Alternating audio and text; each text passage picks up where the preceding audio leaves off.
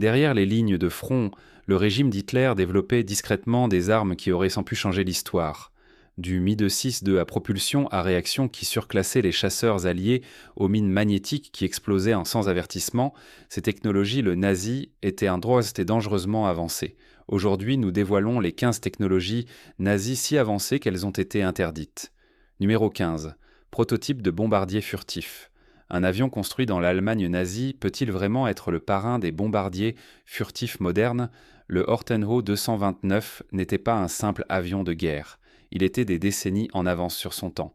Conçu par les frères Horten pendant les dernières années de la Seconde Guerre mondiale, cette bête était le premier aéronef à combiner propulsion à réaction avec un design d'aile volante. Il était élégant, mortel et beaucoup trop avancé pour les années 1940. Équipé de 2 moteurs à réaction turbo et de 2 canons de 1,18 pouces ainsi que de roquettes R-4M, cet engin pouvait voler à plus de 600 miles par heure à près de 9,5 miles de hauteur. Il était presque invisible au radar.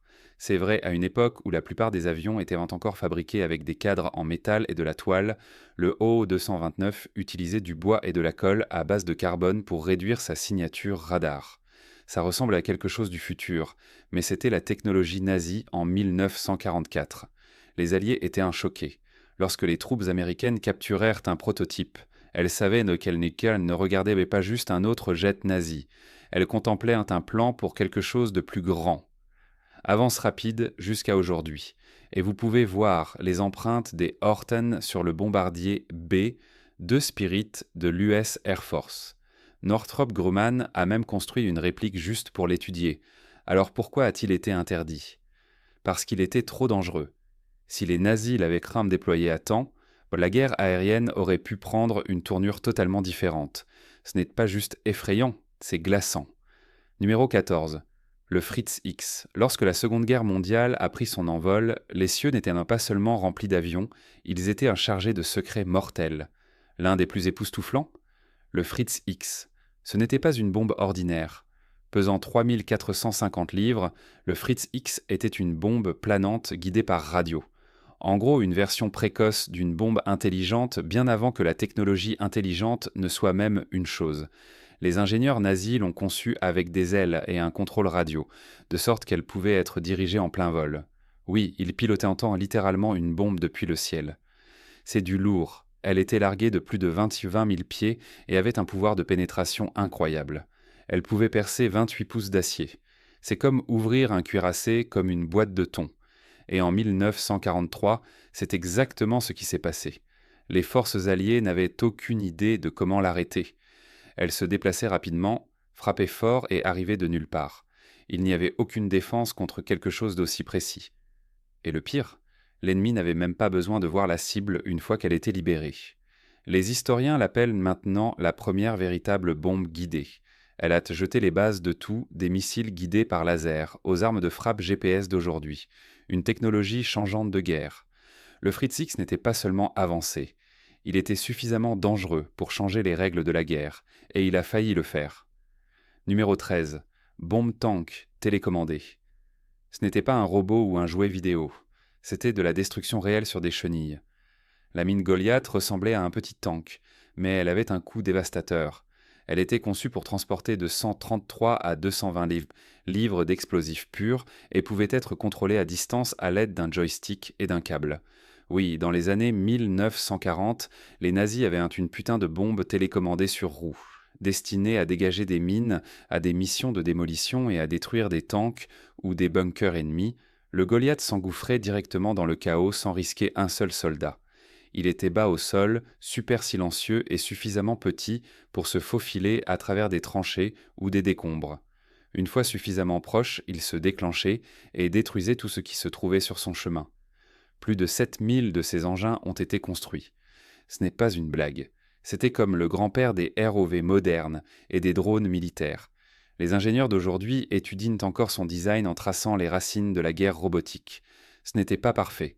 Le câble de contrôle pouvait être coupé, et il se déplaçait plutôt lentement, ce qui en faisait une cible facile, une fois repéré. Pourtant, le concept, bien en avance sur son temps. Il a prouvé que la guerre à distance n'était pas seulement possible, elle était mortelle. Numéro 12. Mi-163 Cocomet. Avez-vous déjà vu un avion de chasse qui ressemblait plus à un missile qu'à un avion? Le Messerschmitt Mi-163 Comet, une machine de guerre nazie si extrême qu'elle a brisé les limites de ce que l'aviation de la Seconde Guerre mondiale pouvait supporter. Ce truc n'était pas seulement rapide, il était flou. Atteignant des vitesses proches de 700 miles par heure, le Comet faisait paraître les chasseurs alliés immobiles. Le P-51 Mustang, pas de concours. Propulsé par un moteur fusée, il pouvait s'élever directement dans le ciel et disparaître avant que le radar n'ait même le temps de le détecter. Il était équipé de 2 brutales autocanons de 1,18 pouces conçus pour déchirer les bombardiers alliés. Mais il était si rapide que les pilotes avaient à peine le temps de viser.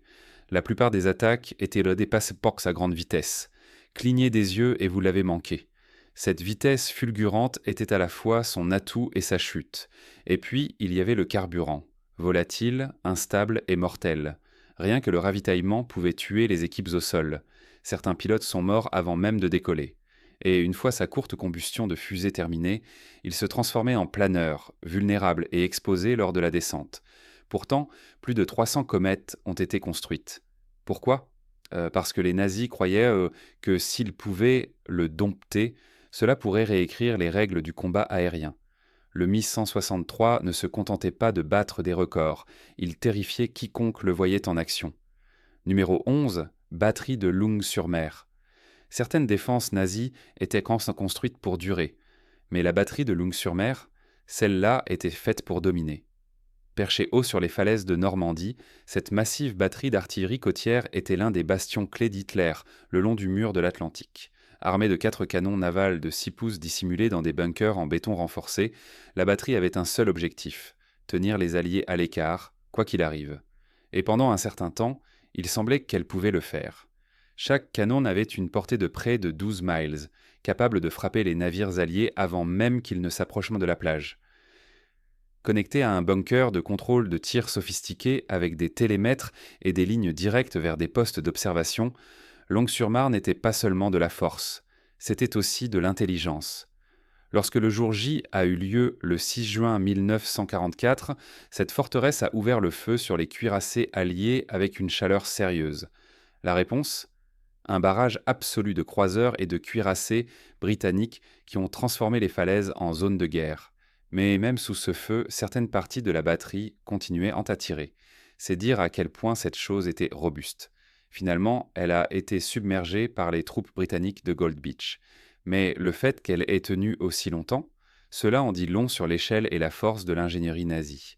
Même aujourd'hui, ces bunkers se dressent encore, marqués mais solides, comme des rappels fantomatiques d'une machine de guerre qui a presque changé l'histoire. Numéro 10. Bombardier de frappe spatiale.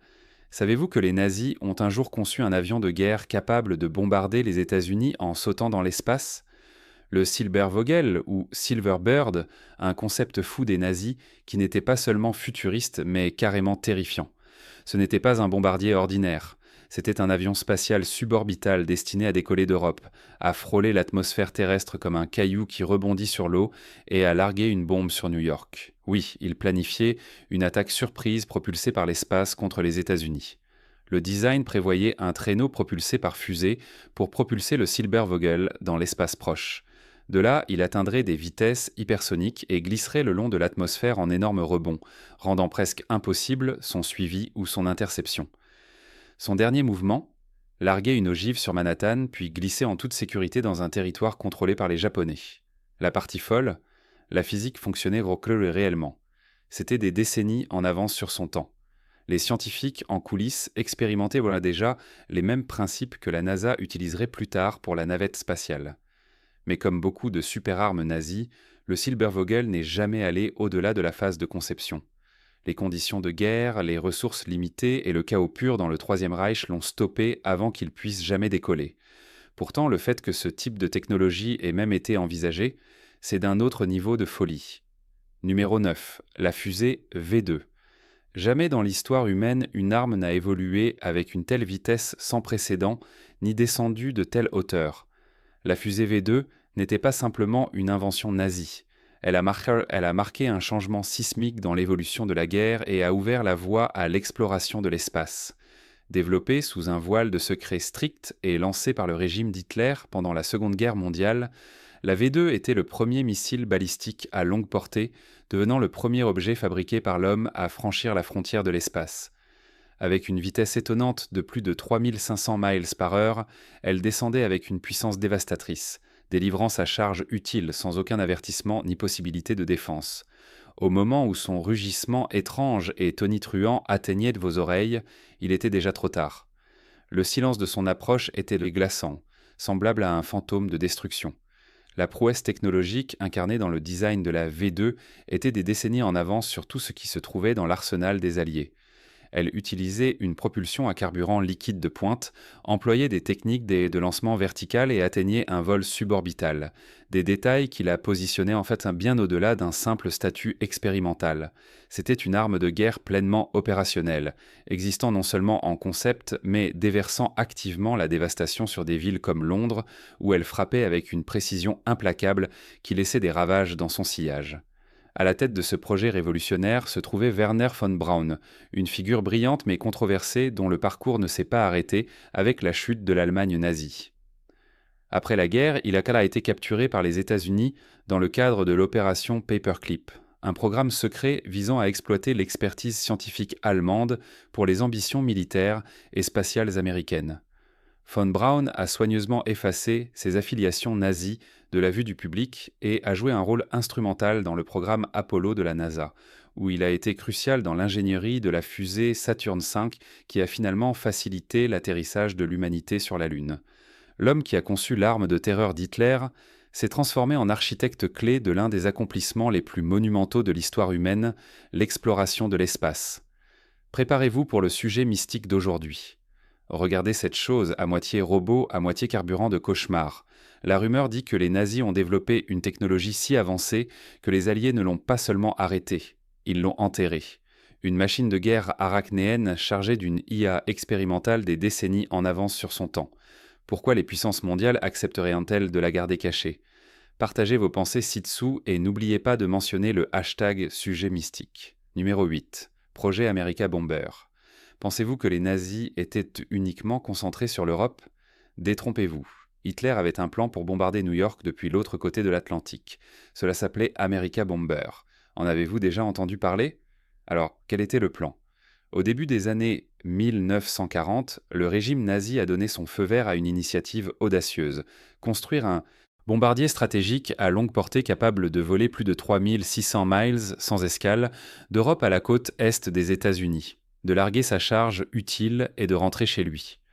Ce n'était pas juste une démonstration de pouvoir, c'était censé ébranler le moral américain à sa racine. Plusieurs géants de l'aérospatiale se sont mis au travail. Le Messerschmitt. Me 264 était la meilleure chance de l'Allemagne de réaliser ce plan. Conçu pour atteindre des vitesses allant jusqu'à 310 miles par heure et transporter une charge de bombe de plus de 6600 livres, le Me 264 avait la portée. Mais il manquait de durabilité et de systèmes de défense appropriés. Même si les vols d'essai montraient un potentiel, l'avion faisait face à de graves problèmes mécaniques et à une inefficacité en carburant. D'autres prétendants incluèrent des conceptions de Junkers et Heinkel, mais aucun n'est allé au-delà de la phase de prototype. Alors que la puissance aérienne alliée grandissait et que les ressources de l'Allemagne s'épuisaient, le rêve du bombardier américain s'est doucement éteint. Si même un de ces bombardiers avait atteint New York, à quel point l'histoire aurait-elle été différente ? À quel point étions-nous proches de voir un champ de bataille de la Seconde Guerre mondiale sur le sol américain ? Numéro 7. Avion composite Mistral. Comment transformer un bombardier en missile guidé sans sacrifier le pilote ? L'Allemagne nazie pensait avoir la réponse, le Mistel. Et non, ce n'était pas de la science-fiction. Le Mistel était l'un des systèmes d'armement les plus étranges et les plus avancés que la Luftwaffe ait jamais déployé pendant la Seconde Guerre mondiale. Imaginez cela. Un avion de chasse perché au sommet d'un bombardier sans pilote rempli jusqu'à la gueule d'explosifs. Le pilote pilotait les deux avions comme une seule unité, les dirigeait vers la cible et au bon moment, relâchait le bombardier comme une arme kamikaze guidée. Ensuite, le chasseur s'envolait en toute sécurité et ça marchait, du moins lors des tests. Le bombardier en dessous était modifié pour contenir une charge creuse capable de pénétrer plusieurs pieds de béton. Cela le rendait idéal pour attaquer des cibles fortifiées comme des ponts, des bunkers ou des navires de guerre. Le concept avait du potentiel, mais dans le chaos de l'Allemagne de la fin de la guerre, le Mistel a rencontré de sérieux revers. Coordonner une telle mission était compliqué. Les charges de carburant étaient lourdes, le décollage était compliqué, et l'ensemble du dispositif rendait la combinaison lente et difficile à manœuvrer. De plus, au moment où ces avions étaient en prêt à voler, les forces alliées poussaient déjà profondément dans le territoire allemand. Pourtant, pensez-y. Si ces avions composites avaient été produits en masse plus tôt, auraient-ils pu changer la donne dans des batailles volées cruciales? Le Mistel peut sembler bizarre, mais c'était un rappel mortel de jusqu'où les ingénieurs nazis étaient prêts à aller dans leur quête de destruction innovante. Numéro 6, Fliegerfaust. Vous vous êtes dans un sens déjà demandé à quoi pourrait ressembler un lance-roquettes personnel pour abattre des avions dans le ciel. L'Allemagne nazie a tenté le coup, littéralement, avec le Fliegerfaust, également appelé le poing de l'air. Développé dans la dernière ligne droite de la Seconde Guerre mondiale, le Fliegerfaust était une arme prototype destinée à donner aux soldats de l'infanterie un moyen de riposter contre les avions volant bas. Regardez ce soldat au sol, tenant un lanceur à plusieurs tubes et tirant une rafale de roquettes dans le ciel. La version qui a été testée, appelée Fliegerfaust B, avait 9 tubes et tirait des roquettes de petit calibre chargées d'ogives explosives. En théorie, les roquettes se dispersaient en plein vol et abattaient les avions ennemis, volant dans un rayon d'environ 1300 pieds. Les roquettes étaient lentes, difficiles à viser, et l'ensemble du système avait du mal avec la précision. Au moment où le Fliegerfaust était prêt à être déployé, les avions alliés se déplaçaient plus vite, volaient plus haut et bombardaient plus lourdement que jamais. Les soldats n'ont guère eu la chance de l'essayer en combat réel. Le point de l'air était-il un échec? Techniquement, oui. Mais il a également marqué un pas audacieux vers des systèmes anti-aériens portables, quelque chose sur lequel le monde moderne compte désormais. Numéro 5. Machine Enigma. N'est-il pas incroyable que certains des secrets militaires les plus étroitement gardés n'aient jamais réellement changé le cours de la guerre? Comment réussir à garder un secret de classe mondiale et perdre quand même la guerre? C'est l'étrange histoire derrière la machine Enigma, l'un des dispositifs technologiques les plus avancés de l'Allemagne nazie. Cet appareil de chiffrement électromécanique n'était pas seulement un codeur, c'était l'épine dorsale des communications nazies. Des missions de U-boat aux ordres de bataille, l'Enigma chiffrait tout. Avec ses rotors rotatifs et son système de câblage, elle pouvait produire plus de 150 quintillons de combinaisons possibles. C'est 150 suivis de 18 zéros. Pensez à déchiffrer cela sans un ordinateur. Pour les nazis, cela semblait incassable. Chaque jour, le code changeait. Même si quelqu'un capturait la machine, il lui faudrait encore les bons réglages, juste pour déchiffrer un seul message. C'est à quel point ils étaient confiants. Les cryptanalystes alliés ont réussi à casser le code grâce aux esprits brillants travaillant à Bletchley Park en Angleterre. En utilisant les premiers ordinateurs et un essai et erreur sans fin, ils ont déchiffré le système. Et une fois qu'ils l'ont fait, ils ont eu accès aux secrets nazis en temps réel. Routes de sous-marins, exposés, mouvements de troupes, révélés. Certains historiens estiment que les Alliés ont raccourci la guerre de 2 ans et sauvé des millions de vies grâce à cette percée. Numéro 4. Fuse de proximité acoustique. Que se passerait-il si une arme pouvait entendre sa cible avant de frapper? L'Allemagne nazie a essayé de rendre cela possible avec des fuses de proximité acoustique. Ces fuses expérimentaux étaient conçus pour faire exploser des explosifs en détectant des fréquences sonores spécifiques, comme le bourdonnement d'un moteur d'avion. L'idée était de les utiliser pour la défense anti-aérienne. Au lieu de compter sur des frappes directes, ces fuses écouteraient les avions entrants et exploseraient lorsque le son correspondrait à certains profils. C'était un concept astucieux et potentiellement mortel. Imaginez des obus anti-aériens qui n'avaient pas besoin d'une précision absolue. Ils devaient juste s'approcher et entendre la cible. Avec les bombardiers alliés pilonnant les villes allemandes, ce type de technologie aurait pu faire une énorme différence.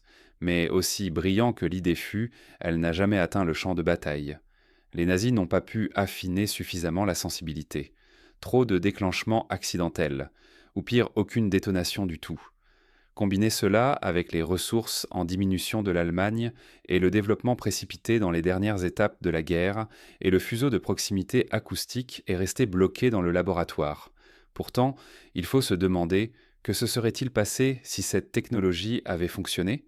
Aurait-elle pu changer le cours des campagnes de bombardement? Aurait-elle pu tenir les avions alliés à distance? Numéro 3. Avions à réaction. Meudeux 6-2. Que se passerait-il si l'un des chasseurs les plus avancés de la Seconde Guerre mondiale était resté dans les hangars nazis, mais était arrivé trop tard pour inverser le cours des événements? C'est exactement l'histoire derrière le Messerschmitt Me 262, le premier chasseur à réaction opérationnelle au monde. Introduit par l'Allemagne nazie en 1944, le Me 262 était des décennies en avance sur son temps. Ce n'était pas juste un pas en avant, c'était un bond. Avec ses moteurs à réaction jumelée, l'avion pouvait atteindre des vitesses potentiellement de plus de 540 miles par heure, le rendant presque 100 miles par heure, plus rapide que tout ce que les Alliés avaient en dans les airs. Les pilotes qui l'ont affronté en combat l'ont décrit comme presque impossible à attraper. Armé de 4 puissants canons de 30 mm et capable de transporter des roquettes, le Me-262 était conçu pour déchirer les bombardiers alliés et perturber la guerre aérienne en Europe. En courte rafale, il a fait exactement cela, abattant des B-17 américains et d'autres avions avec une brutalité efficace. Il est arrivé trop tard, la production était lente, les ressources ont été tendues, et Hitler insistait pour que l'avion soit utilisé comme bombardier, pas seulement comme intercepteur, retardant ainsi son véritable potentiel. Au moment où il atteignait les lignes de front en nombre sérieux, les Alliés fermaient déjà la tenaille autour de l'Allemagne de tous côtés. Numéro 2. Dispositif de vision nocturne infrarouge. Comment les soldats nazis voyaient-ils dans l'obscurité avant que la vision nocturne ne devienne un équipement militaire standard? Croyez-le ou non, ils testaient déjà des lunettes de visée infrarouge au début des années 1940. C'est vrai, l'Allemagne a développé certains des premiers dispositifs de vision nocturne au monde pendant la Seconde Guerre mondiale. L'un des plus connus était le système Vampire, une lunette infrarouge encombrante montée sur des fusils comme le Sturmgewehr 44. Le système comprenait un sac à dos à batterie et un projecteur infrarouge qui éclairait des cibles invisibles à l'œil humain mais clairement visibles à travers la lunette. Ce n'était un pas de petit gadget. L'ensemble de l'équipement pesait près de 30 livres et rendait le mouvement difficile, surtout en combat. Mais dans les bonnes conditions, généralement la nuit sur un terrain plat, cet équipement donnait aux soldats allemands un avantage sérieux. Ils ont également testé la vision nocturne sur des tanks en utilisant le système FG-1250. Les tanks Panther étaient équipés de puissants phares infrarouges et de viseurs spéciaux, leur permettant de repérer des cibles dans l'obscurité totale. Voici le rebondissement. Même si la technologie fonctionnait, elle est arrivée trop tard et en trop faible quantité pour vraiment influencer la guerre. Seules quelques unités ont eu accès à cet équipement avant que l'Allemagne ne capitule. L'Allemagne nazie posait-elle les bases des tactiques de combat nocturnes que nous voyons aujourd'hui? Leur technologie infrarouge pouvait être encombrante et limitée, mais elle était la fondation de quelque chose de bien plus grand. Elle a montré au monde que le champ de bataille n'avait pas besoin de dormir lorsque le soleil se couchait. Numéro 1. Mines magnétiques. C'est exactement ce que l'Allemagne nazie visait avec ses mines magnétiques, un bond technologique qui a failli changer la donne dans la guerre navale. Contrairement aux mines de contact traditionnelles, ces dispositifs mortels restaient silencieusement sous les vagues, attendant. Mais ils ne cherchaient pas un choc, ils détectaient des champs magnétiques. Lorsqu'un navire passait au-dessus, sa coque métallique perturbait le champ magnétique terrestre juste assez pour déclencher l'explosion. Pas d'avertissement, pas de contact, juste boum. Lorsque ces mines sont apparues pour la première fois en 1939, les Alliés ont été des stupéfaits. Des navires britanniques ont commencé à exploser près de leur propre port sans jamais toucher quoi que ce soit. Pendant un certain temps, personne ne savait ce qui se passait. Mais la percée est venue lorsqu'une de ces mines a été récupérée intacte après avoir échoué sur la plage. Cela a donné aux scientifiques britanniques une chance cruciale de l'analyser. Leur réponse? Le dégommage. Les navires étaient équipés de câbles pour annuler leur signature magnétique, les rendant essentiellement invisibles aux capteurs de la mine. Pourtant, ces mines rappelaient à quel point l'ingénierie allemande pouvait être avancée. Imaginez, une arme qui n'avait pas besoin d'un tir direct, qui n'avait pas besoin d'être vue et qui n'avait pas besoin d'être touchée. À quel point les nazis étaient-ils proches de couper des lignes d'approvisionnement critiques à travers l'Atlantique avec cette technologie? Ces menaces sous-marines auraient-elles pu inverser la tendance si elles n'avaient pas été neutralisées à temps? Merci d'avoir regardé. N'oubliez pas d'aimer, de vous abonner et d'activer la cloche. D'autres technologies enterrées, secrets interdits et histoires perdues arrivent. Vous ne croirez pas ce qui est encore caché là-bas.